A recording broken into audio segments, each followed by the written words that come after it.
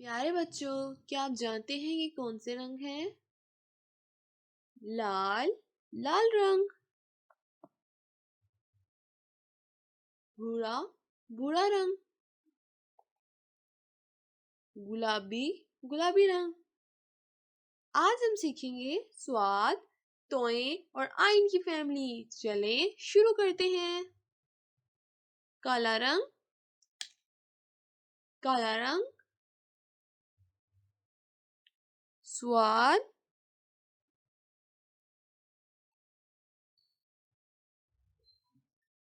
द्वाद,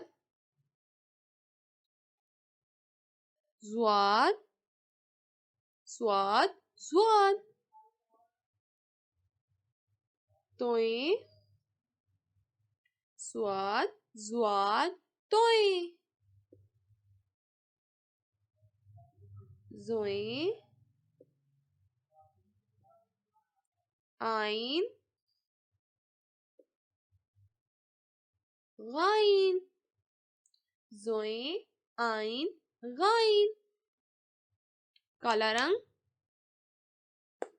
स्वाद, स्वाद के ऊपर एक नुक्ता।